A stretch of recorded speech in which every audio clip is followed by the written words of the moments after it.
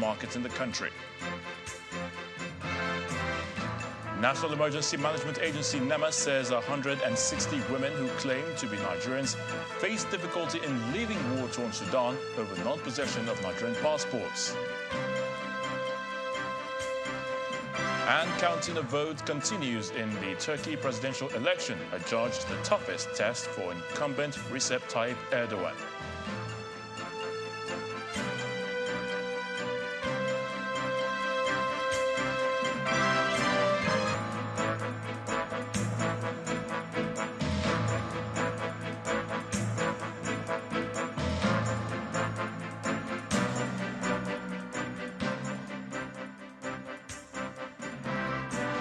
The zoning of principal officers of the 10th National Assembly by the All Progressives Congress has continued to draw reactions. This time, it's the Forum of Former National Assembly members from the South-South zone. The group says while it is happy that the office of the Senate President has been zoned to the region, it is faulting what it describes as the micro-zoning of the office of the Senate President to an individual. The forum's chairman, Halims Agoda, told a press conference in Abuja that every senator from the region deserves a chance to contest for the position.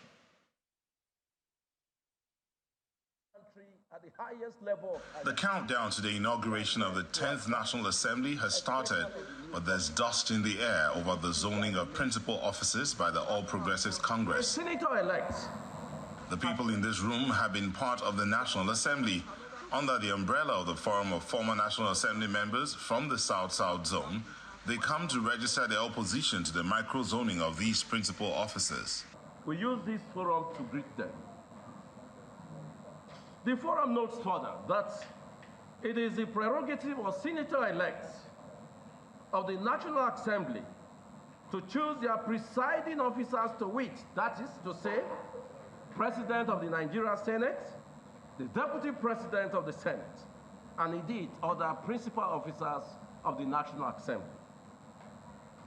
The forum further notes that unlike the House of Representatives of the Federal Republic of Nigeria, where only ranking members can aspire to the position of speakership and deputy speakership positions, all senators-elects are qualified to contest for the offices of the Senate President and that of the Deputy President of the Senate.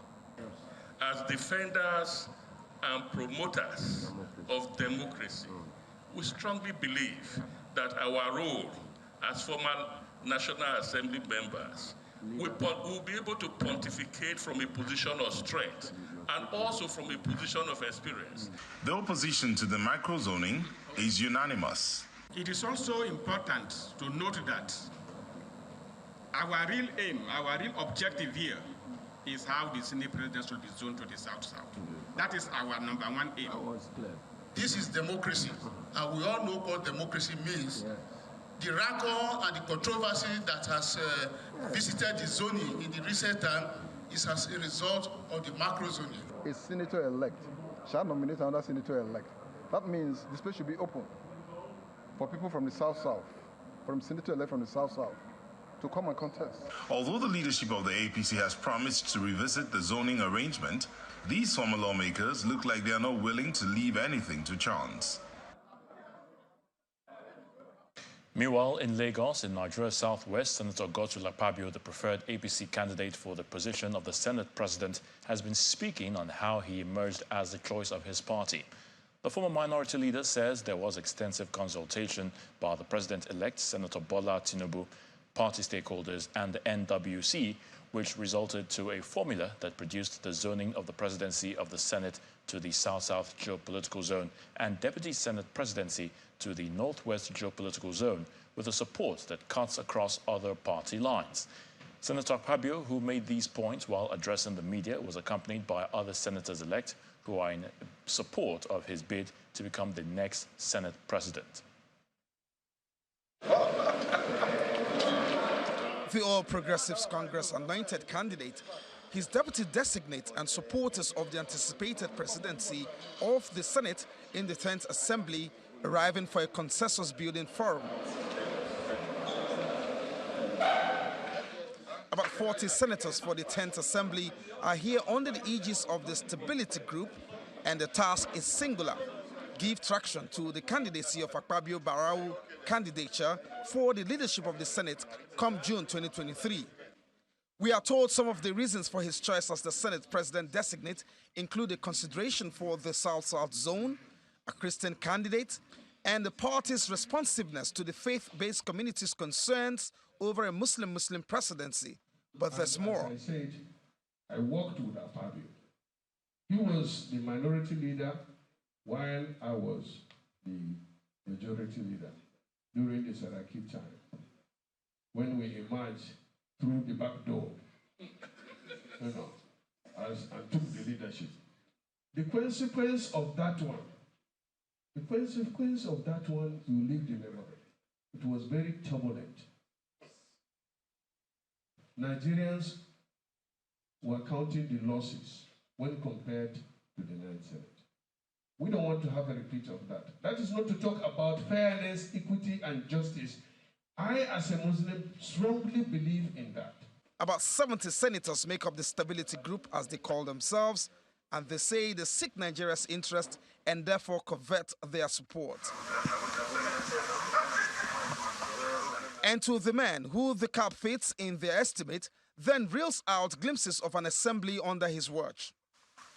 We provide quality, stable, and inclusive leadership at the National Assembly, with a view to providing a robust legislative intervention when necessary, and making relevant laws for the good governance of our dear nation. We will galvanize a united and viral support base to the incoming administration of President Asiwaju Bola Ahmed Tinubu that will provide credible government policies for the advancement of good governance, rule of law, and progressive National Assembly activities. Just how did they arrive at this decision? The National Assembly is predicated or built upon these standing committees, and everybody needs to work or make sure that you head a committee. For instance, in the Senate, we have 72 standing committee with 10 principal officer position, and we are 109 senators. So what are you talking about? I will use that because it's the issue of committee that we are not going to use that to placate ourselves and say because of that we are forming a group. No.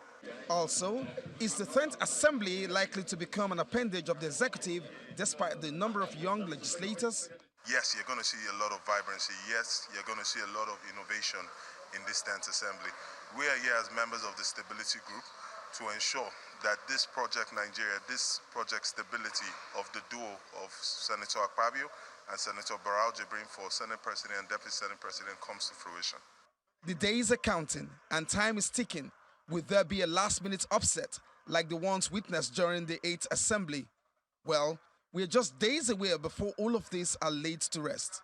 Olu Phillips, Channels Television News. We'll certainly have more on the race for the leadership of the 10th National Assembly in the course of the bulletin. The Vice President, Professor Yemi Osinbajo, is urging Nigerians to project the country's image in good light and push narratives of aspirations, dreams, and hopes.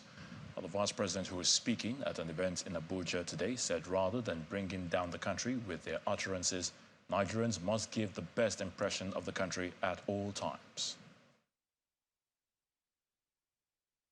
I have never found a place where, at a conference, where anyone is speaking ill of their country or running down their country.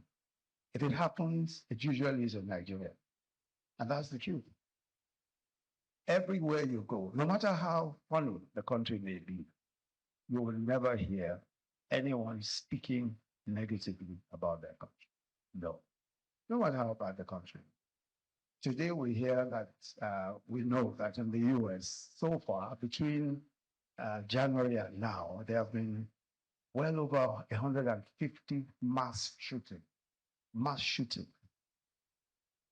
Well over 150. In schools, in malls, in car parks, in places of work. People are just shot at random by one person, just comes and shoots people. Yet, you will never hear, well, certainly, you wouldn't hear an American attend a conference and say, my country is unsafe, it's insecure, People are being shot every day. No, you won't hear it. Every country talks of their own country. Every people of every country talk of their country. When we get home, we can criticize ourselves. Oh yes, we can say whatever we like, but we must talk of our country. We belong to one side, and that side is the Nigerian side.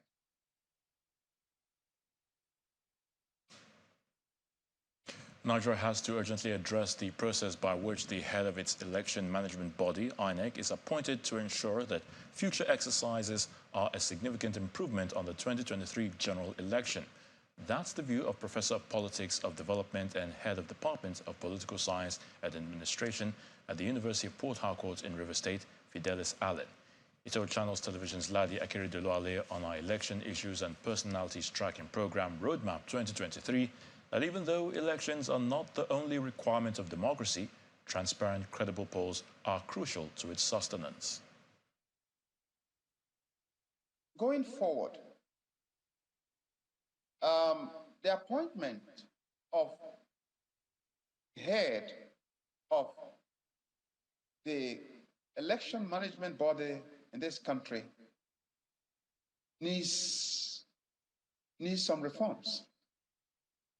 I think that the civil society, if we tell ourselves the truth that we are moving to a better state of nationhood, we are moving to a state with more cohesiveness in relations among key ethnological units in this country, then we need to be able to reform the electoral system to accommodate a more transparent and society-driven process in the appointment of the head of the election management body in this country. A situation where you have the president and you have the majority of lawmakers at the National Assembly who are loyal to the president, who are probably from the same ethnic group with the president, will do very little in scrutinizing the head of the election management body.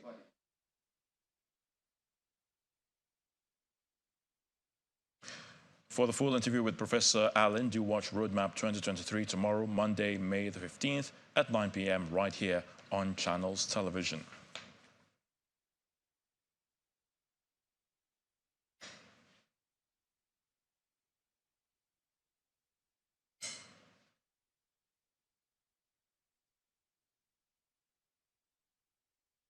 In part two, after the break, Socio-Economic Rights and Accountability Project SERAP urges the World Bank to suspend the disbursement of $800 million loan to the federal government. Do join us again.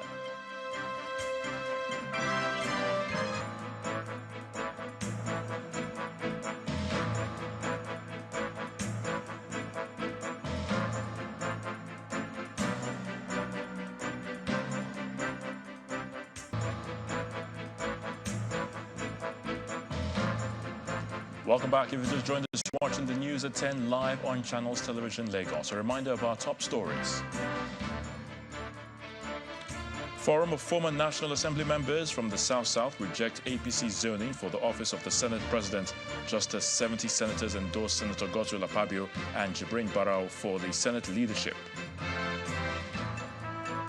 Vice President Yemi Osinbajo asked Nigerians to uphold patriotism for nation building and stop demarcating the country. National Emergency Management Agency says 160 women who claim to be Nigerians face difficulty in leaving war-torn Sudan over non-possession of Nigerian passports. And counting the votes continues in the Turkey presidential election, adjudged the toughest test for incumbent Recep Tayyip Erdogan.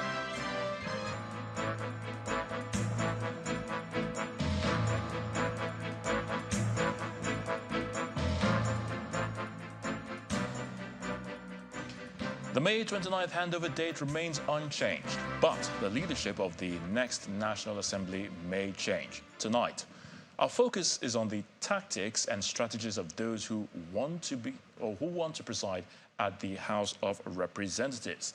Now, to share insight on this subject is the founder of Leadership by Data and Channels Television's data analyst, Babajide Ogusowo. It's great to have you again, Babajide.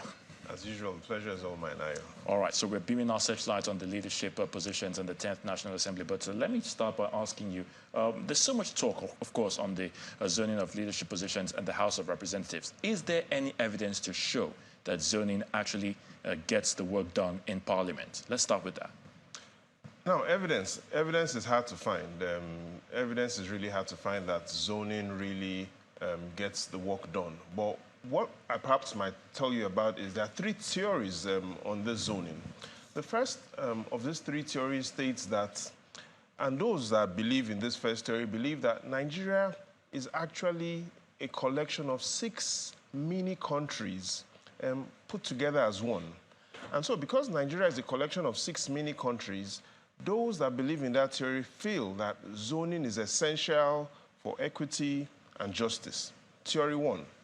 Now, theory two are those that feel that Nigeria is just one country, and all those maps and the division of those zones are man-made, artificial. They believe that going back to our history, most of these shenanigans of zones were created by the colonialists, states were created by the military leaders, and so those that stand with the second theory believe that zoning is not necessary because Nigeria is just one country. The third set of people seems to be like a hybrid of the first two, and they believe that Nigeria is trying to build a house of equity from a foundation that is inequitable. And here's their position. They believe that we say we have 6 zones, but none of these 6 zones are of the same size. None of these 6 zones have an equal distance from each other. None of these 6 zones are similar when it comes to religious composition. And so they believe that looking at the 6 zones by themselves are not the same. In other words, they feel, those on this third theory, feel that when we talk about 6 zones, we are comparing apples with oranges, with carrots, with grapes, because from their perspective, each of these zones are different, and so 6 zones really do not exist. So those are the 3 theories, and looking at the positions of those that stand with each of these theories, there is some sense. Theory 1, those that believe Nigeria is a collection of 6 mini countries together as one, and so they feel... Nations, you might call them nations. 6 nations, and they feel that zoning is necessary, set 1. Set 2 that feel that Nigeria is just one, and all those zones are just man-made, artificial.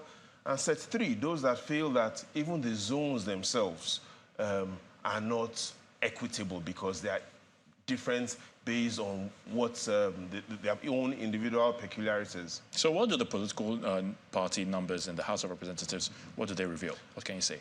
I have lots of numbers to talk about, but before we talk about those numbers, just before we look at those numbers, one zone that comes out big, the Northwest. And I'll explain to you why the Northwest seems to be having a lot of attention in this news. 3 reasons. The first reason, when the presidential election happened, the president-elect scored 8.7 million votes. But the fact shows that 5.5 million came from the North. In other words, Bola Tinubu's, most of his votes came from the North.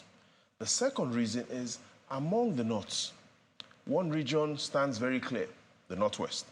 The Northwest, Bola Tinubu scored 2.6 million votes. Even the Southwest, where the president-elect is from, Ayo, he did not score 2.6 million votes. In other words, even though Bola Tinubu is from the Southwest, Yoruba, he does have more friends and more believers in the Northwest. I repeat, 2.6 million votes for him from the Northwest region. The Southwest did not give Asiwaju 2.6 million votes. And so the Northwest, yes, is for him priority. And if you follow the president-elect's strategy and his lifestyle, perhaps this is not just about 2023 alone. It is about 20, 27. The House of Reps in the northern region, no zone has as many seats as the Northwest. And so that is why perhaps we are seeing calls for the Northwest. Let's look at the numbers which you talked about. If you take a look at the numbers, especially from the northern region, there are lots of good news and bad news about the numbers in the northern region. And I'll explain. House of Representatives. Let's take a look at the first line, North Central. There are 51 seats in the North Central. Currently, based on the results from INEC at the House of Representatives, out of the 51 seats, the APC controls 36 seats. In simple terms, the APC has a majority in the North Central. Look at the Northeast. The APC does not have a majority in the Northeast. 23 seats, the PDP has the majority of seats in the Northeast. And the Northwest, APC, 44 seats out of 92 seats, they still don't have the majority because the combination of PDP, Labour, and NNPP, they have the majority seats in the Northwest. So the summary is, across the northern region, the APC, yes, has 103 seats. Out of the 191 seats, they have the majority all across the northern region. However, two regions, they do not have the majority, and that's the Northeast and the Northwest. Let's take a look at the southern region, because that is a bit different. Across the southern region, we see a whole lot of difference. In the Southeast, House of Representatives, 43 seats are available. The APC only has 8 House of Representative members from the Southeast. The opposition controls the Southeast. Look at the South-South. Out of 55 members, APC only 15, opposition controls the South-South. And the Southwest is where the party is strong. 51 seats out of 71 seats, they control the South. So looking at this, what is clear is across the 6 geopolitical zones, the APC at the House of Representatives only has a majority in 2 zones, the North Central and the Southwest, and Ayo. That is the fact. The APC currently, yes, likely to produce the next Speaker of the House of Representatives, but what it means is that the opposition, more than the APC, will influence who becomes the next Speaker. All right, so we really run out of time. I was just going to ask you with the historical trends, what is there? What are the historical trends? Any interesting facts, pointing to that for the 10th House of Representatives? But of course, we have. If you can just very quickly, what should we expect? The likely expectation is whichever zone the Senate President comes from. If the Senate President comes from the North or Southern region, the Speaker of the House of Representatives will come from a different region. But again, a lot has to be said about which of these theories, Ayo, do you believe in? Equity, inequity, which of these theories? Interesting days ahead as we count down to May 29. A lot of analysis, a lot of interesting patterns these numbers show. Or some other time when we have a lot of time, we'll crunch these numbers. We'll definitely get into that as time goes on. Many thanks, Babajide Gusau, for your thoughts again on the News at 10. Pleasure is mine. As Nigeria wraps up the evacuation of Nigerians from war-torn Sudan, the federal government says there are 160 women and children who are trapped in that country for not having Nigerian passports. Now, the Director General of the National Emergency Management Agency, that's NEMA, Mr. Mustafa Ahmed, disclosed this while briefing journalists on the progress made so far in the evacuation exercise. According to him, although the women claim to be Nigerians, they do not possess Nigerian passports to verify their claims. 100,000 evening. We did a total of 15 flights and a total of 2,518 Nigerians were brought back home, all safely. No life was lost. We thank God that no life of any Nigerian was lost during the crisis so far and during the evacuation. Ladies and gentlemen, the 15 flights yesterday marked the conclusion of evacuation of the stranded students that indicated intention and were profiled for early back home. If there are others who maybe decided to stay back, they are at liberty to do so. But those who volunteered to come out, we went to where they were, their schools or meeting points, and picked them up from there and evacuated them.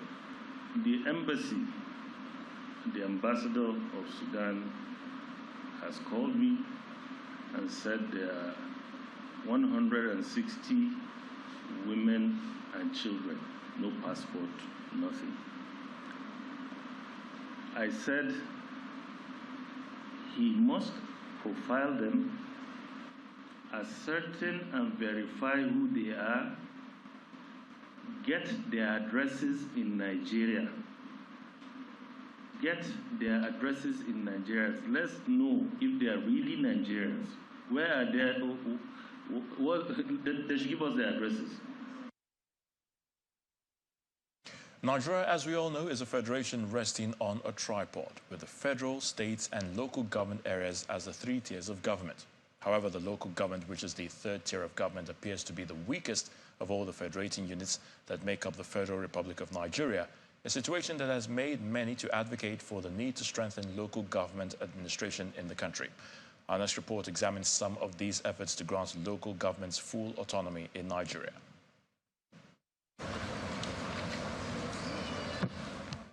In May 2020, President Muhammadu Buhari signed an executive order to outrightly grant financial autonomy to the judiciary and local government councils in Nigeria. That action by the president is one of the recent moves to reactivate local government administration in the country.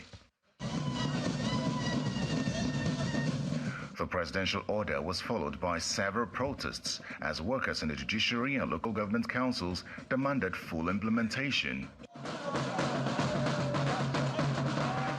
3 years after, nothing has changed. The local government continue to function as an appendage to the state governments. Apparently displeased with the lack of compliance, President Buhari in December last year openly accused state governors of misappropriating funds meant for local governments. The treatment of local governments. What they did, this is my personal experience. If the monies from the federal government to state government, say it's 100 million. Let's put it 100 million. 50 million will be sent to the chairman with a letter that he will sign that he received 100 million. The governor will pocket the balance and share it with whoever he wanted.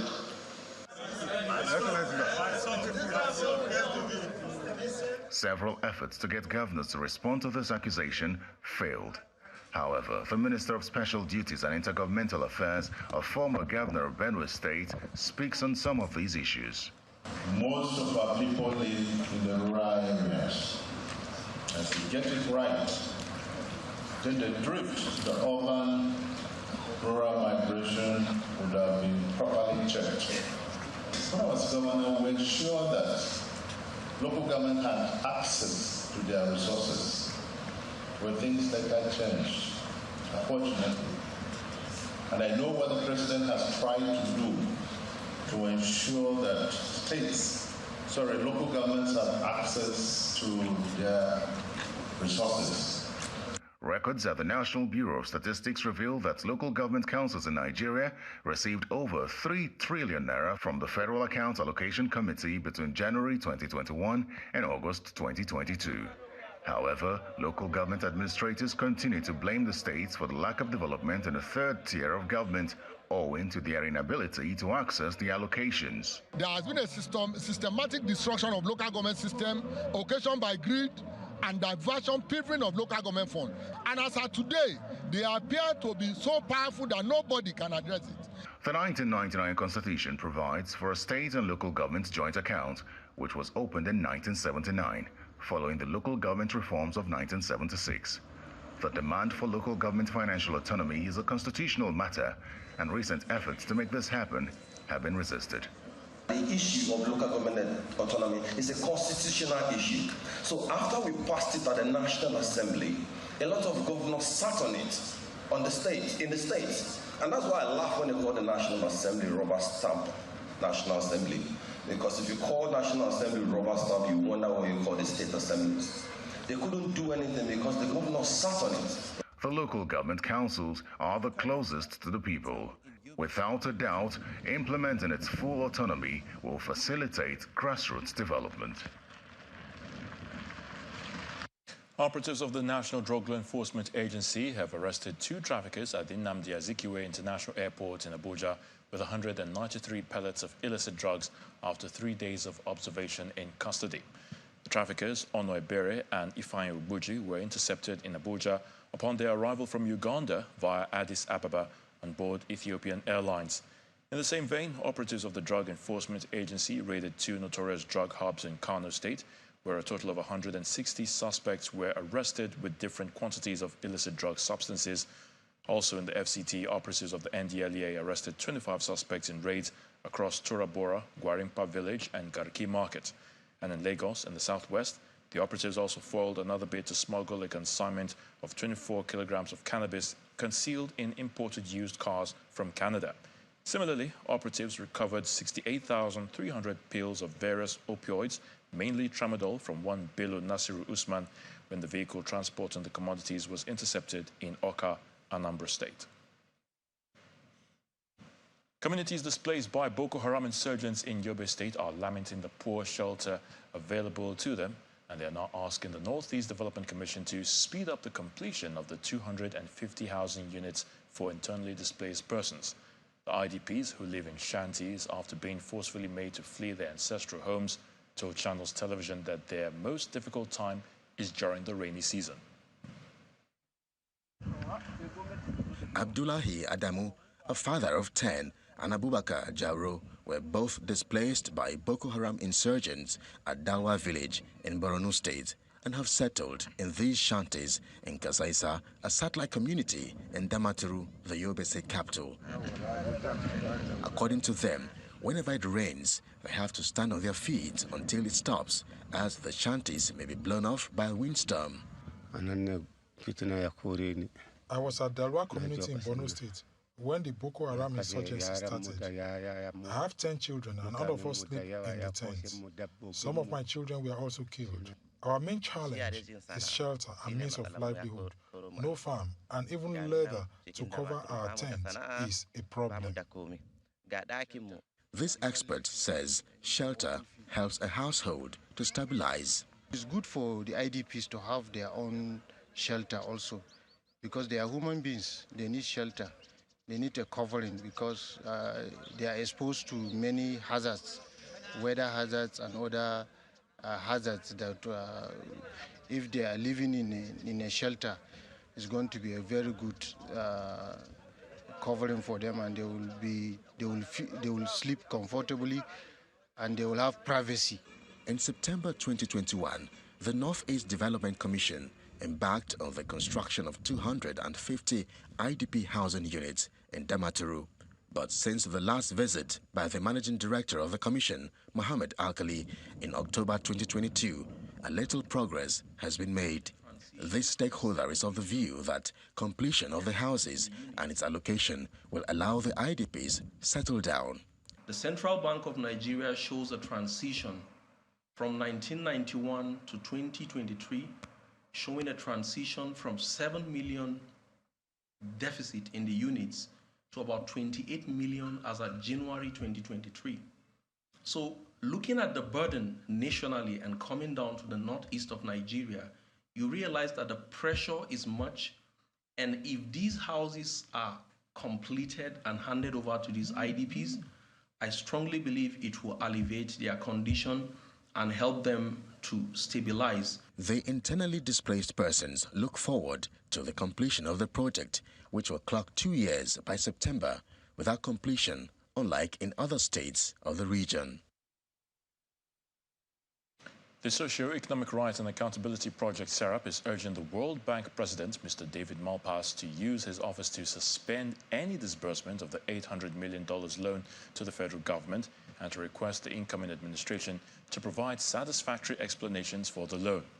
The federal government in April this year announced its plan to spend the $800 million loan as part of its subsidy palliatives measures. Also last week, President Muhammadu Buhari requested the Senate's approval for the World Bank loan. In the letter, dated May 13, 2023, the rights group is asking the World Bank to comply with its own articles of agreement in disbursing any loans.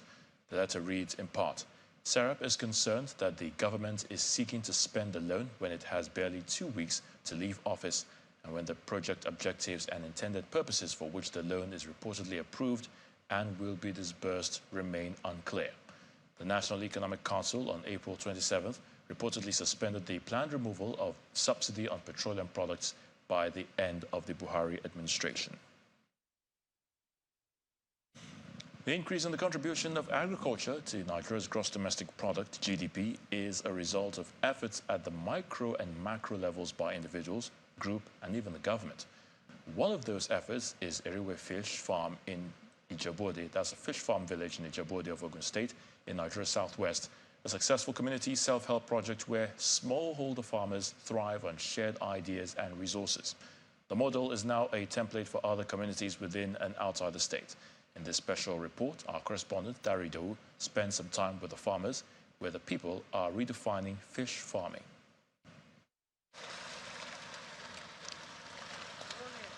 Nigeria has 70.8 million hectares of agricultural land with maize, cassava, yam, beans, millet, and rice as the major produce. Aquaculture may not be as mainstream as these crops listed. That's because fish farming is a different kettle of fish. Anyone delving into this business must understand the intricate details, and that is why we are here at one of the largest fish farms on the continent to understand the trading and the administrative structure. The Eriwe Fish Farm is a product of an academic research conceived to fight poverty at the community level.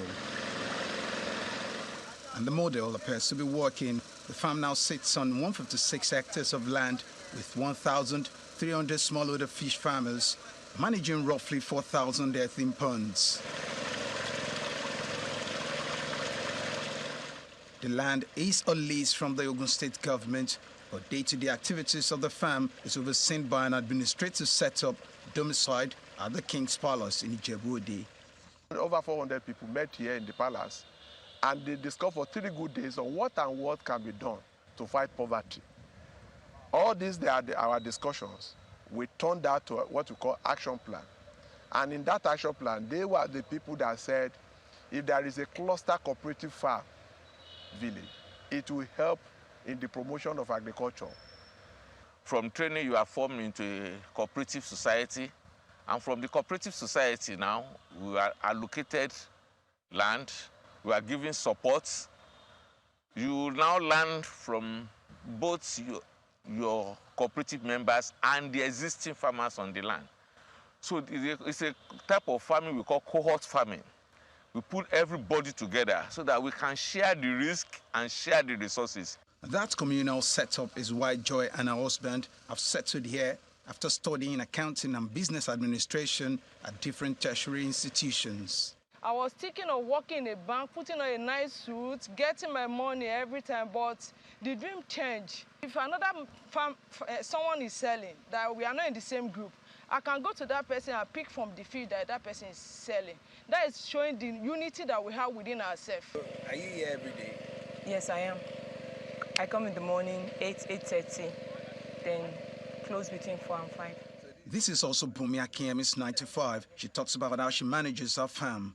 We have hired helps on the farm that come in, we employ them to look after the pond. And what it means is that you are in charge and make sure you supervise what they are doing. Sometimes, most time, we don't tell them to feed. When they come in the morning, on the pumping machine to pump water for the fish, because they take water a lot. Eriwe, a river, though not the direct source of the water at this farm, but not unconnected to why the water table here is high. And with the free-flowing fresh water into the ponds, the fishes seem to also love it here. Fishing at Eriwe Farm is an all-year-round business, but there are market days where the fish is harvested and sold. The farm has, however, had its share of setbacks. It is estimated that up to 35% of aquaculture production is either wasted or lost in different ways. But I want to assume that one of those ways will be flooding. Is that a problem around there? Yeah, we have a problem of flooding, or I would say we used to have a problem of flooding. We experienced flooding 2021, 2022. In the past 5 years, I can say we have experienced flooding nothing less than 3 times. And whenever it happens, it's usually disastrous. Many people get to lose their fish and all of that. However, towards meditating against that or mitigating the effects of the flooding, we usually embark on the dredging of the river, the dredging of the waterways to pave more way. But against the odds, the handlers of the Eriwe Fish Farm village say the farm has consistently produced more than 2,000 metric tons of catfish yearly for the past 4 years and hope to scale up the number in the coming years. Dari Idu, Channels Television News. The Kebbi State Governor, Atiku Bagudu, has described the Wakot rice mill as one of the achievements of the administration of President Muhammadu Buhari towards attaining food sufficiency and economic stability in the country. Speaking to journalists shortly after the pre-commissioning inspection of the new 120,000 metric tons per annum Wakot rice mills at Argungu in Kebbi State, the governor says beyond revenue generation, the Wakot rice mills is a boost for the country's self-confidence, especially as the nation is going through harsh times. The Wakot rice mills came when the country is battling to survive 2 economic recessions. And despite these odds, it has turned out to be a great success that has formed a greater part of the success story of the Buhari administration. According to the state governor, the rice mill did not only facilitate the attainment of President Buhari's mandate to Nigerians to work towards producing what the nation will consume, but also opened great opportunities to local farmers and artisans and puts Nigeria on the spot as one of the major rice-producing countries in the world. Wakot not only helped in the production, but processing to the highest quality that today Nigerians across the country, and indeed non-Nigerians across the country, are confident that Nigerian rice is equivalent to the very best that is being brought elsewhere. The managing director and chairman of Wakot Rice Mills disclosed that the 120,000 metric tons per annum multi-billion naira rice mill is expected to be completed and commissioned in July this year. He explains that when completed, the new rice mill, together with the first production line of the company, will be producing 240,000 metric tons per annum combined, and by implication will require additional manpower to run the company, as well as making more of the company's products available for Nigerians to buy. This is a very strong step in accordance with the directive. And I will say this, it's a directive by our President, Muhammadu Buhari, to ensure that we feed ourselves, and we shall continue to strive towards that ultimate goal. So we're very, very excited. And like I said, we'll continue to invest in Kebbi, we'll continue to invest in the people of Kebbi for the betterment of our country. On his part, the Kebbi State Governor-elect appreciates the efforts of Wakot Rice Mills for employing most of its workforce from Kebbi State, thereby solving the challenges of youth unemployment in the state. I've never seen a big project like this one. So therefore, we want to thank the Wakot. And we also plead with the Wakot to extend their hands of fellowship, like they said, in other local governments, so that they will continue also to supply the Wakot with enough paddy. The governor-elect has promised to provide the enabling environment for the company to thrive by supporting the planned rice academy the company intends to establish in the state to provide skilled manpower for rice production and achieve food sufficiency, not just in Kebbi State, but in all of Nigeria. Blockchain technology has gained popularity in recent years as a secure and transparent means of recording and transmitting data.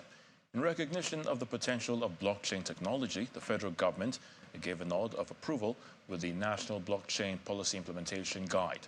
In this next report, our business correspondent, Laddie Williams, provides an overview of Nigeria's national blockchain policy, the cryptocurrency journey in Nigeria so far, and the potential impact of blockchain technology on the nation's economy.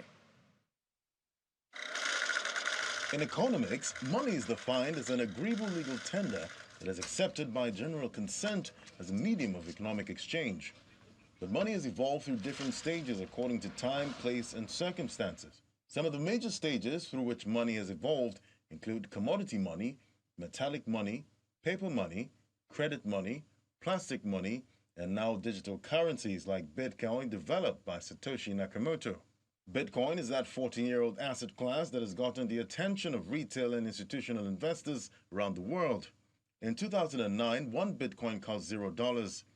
Fast forward to 2023, one Bitcoin costs around $28,000 after peaking at about $65,000 in November 2021.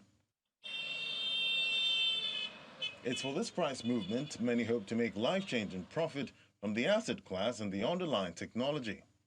In Nigeria today, about 5 million Nigerians trade Bitcoin and cryptocurrencies.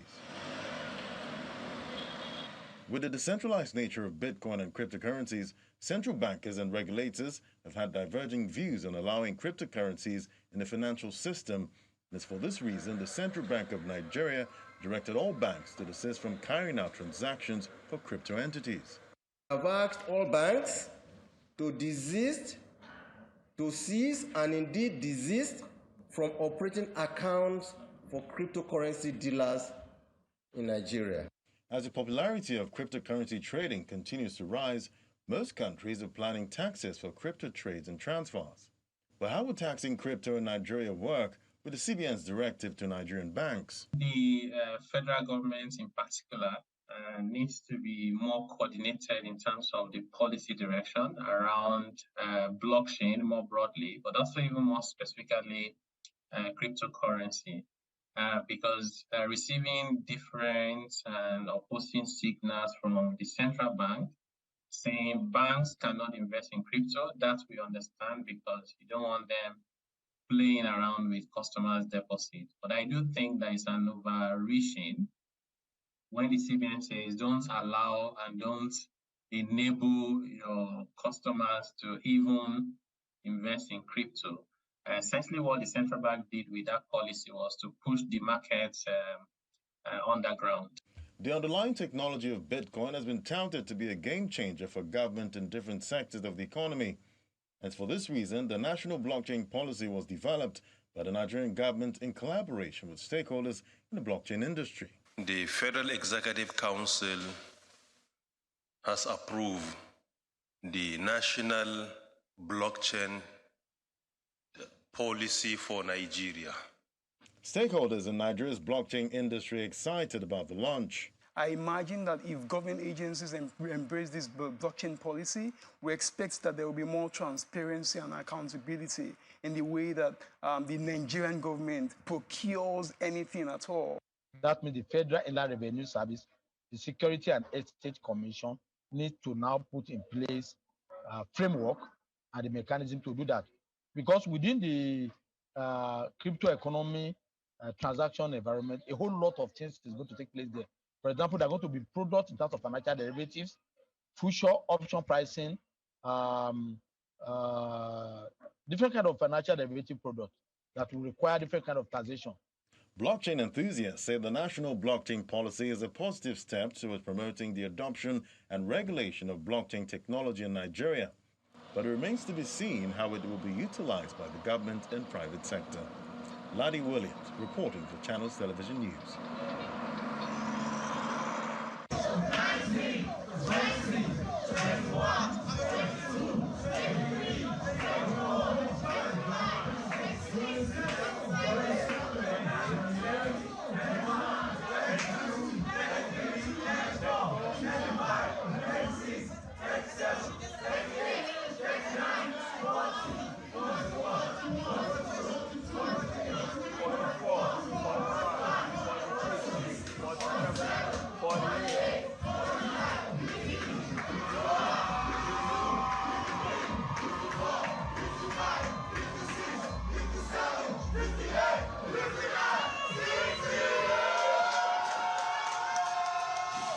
A young Nigerian chef, Hilda Bassi, may be on her way to setting a new global record. Hilda, who has been in the kitchen for the past 3 days, is attempting a Guinness World Record for the longest cookathon, or cooking marathon. The attempt will see her take an hour break in between every 12 hours of cooking. Hilda aims to break the Guinness World Record of 87 hours, 45 minutes and 00 seconds set by Chef Lata Tondon in Rewa, India in 2019. And of those that have visited the venue to show their support for Hilda is the Lagos State Governor, Babajide Sanwo-Olu. According to Governor Sanwo-Olu, who witnessed the 69th hour of the cooking exercise, his visit is to boost Hilda's morale and encourage other Nigerians to take a cue.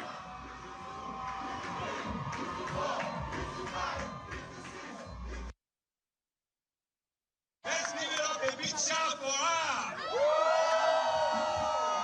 She's done 69 hours now. And so she needs all the energy she could get. And you can see the Nigerian spirit popping out in her. You can see the spirit of Lagos coming out of her. And more importantly, the Akpabio spirit in her. The Akpabio in the house, Meserende, Akpabio, thank you all very much for coming out to support one of our own. Hilda, you are a great inspiration, you are a great motivator, and this is the Lagos Nigerian spirit that we're talking about. We will break that record by the grace of God. Not with the strength, but with the ability to finish it and finish well. Remember that here in Lagos, we also broke the record of the largest number of cupcakes in the world. So you will also be doing another first for our country, for our state, and for your family. I'm so proud of you.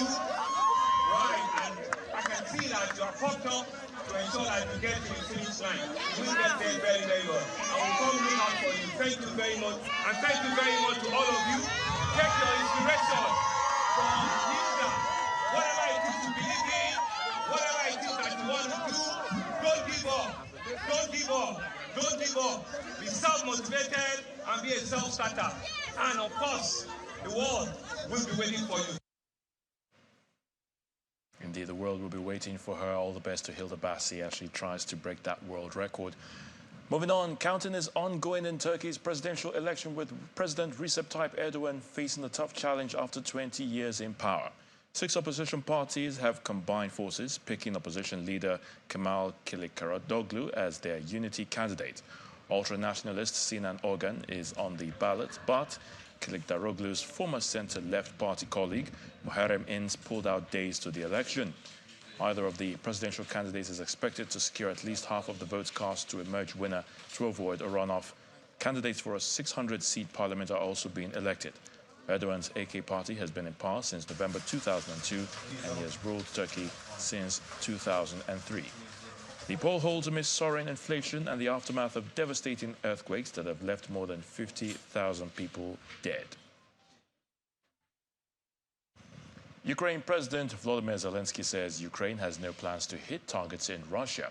President Zelensky stated this in Germany, where Kiev secured a big new defense aid package, which includes advanced German Leopard tanks and more anti-aircraft systems in order to defend Ukraine from almost daily deadly Russian missile and drone attacks. But the war has transformed Germany's attitude towards Ukraine, moving from being a reluctant supplier of military hardware to virtually doubling its contribution overnight. Russia has accused Ukraine of repeatedly hitting targets inside Russia, including a reported drone attack on Moscow's Kremlin earlier this month. Ukraine denies the accusations, stressing that it has a legitimate right to use force and other means to fully deoccupy its territories currently under Russian control.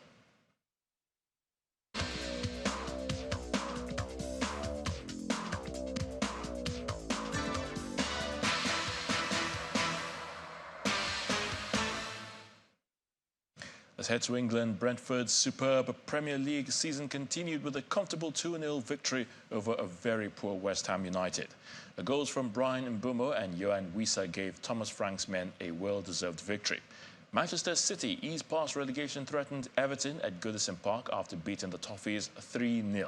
City now need just one win to retain the English Premier League title after the Gunners' Arsenal sadly crumbled at the Emirates, losing 3-0 to Brighton and Hove Albion at the Emirates. Now the loss takes the steam out of the title race, as Pep Guardiola's side needs to win only one of their remaining 3 matches. In tennis, world number 1 Novak Djokovic continued his Italian Open title defense with a 6-3, 4-6, 6-1 victory over Bulgarian 26th seed Grigor Dimitrov. Djokovic, who will lose his world number 1 ranking at the end of the Masters 1000 tournament to Carlos Alcaraz, overcame a sluggish start and a late comeback attempt by familiar opponent Dimitrov to get over the line in their third-round meeting. Djokovic will face Cameron Norrie in the fourth round.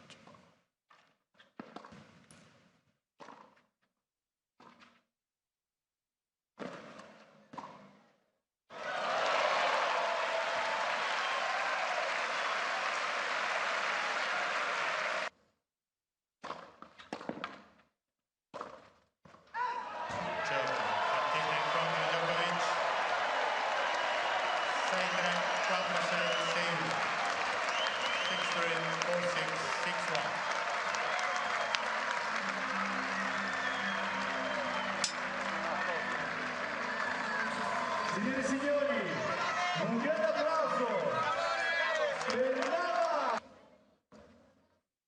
Third seed Daniel Medvedev produced a near-flawless performance to progress at the Italian Open.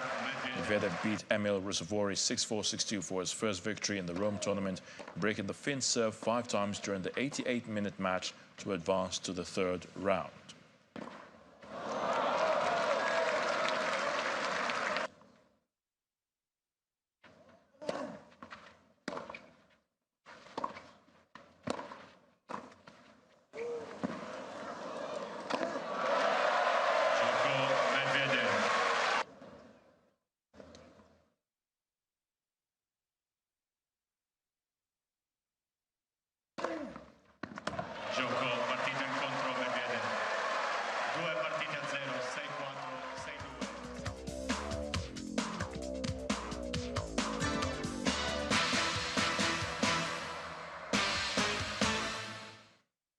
And the main news again.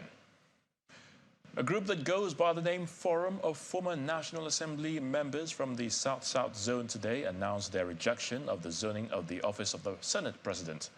The group made their position known at a press briefing in Abuja. That's the news at 10 tonight. Thank you so much for watching. I'm Ayo Tunde Balogun. Do have a good night.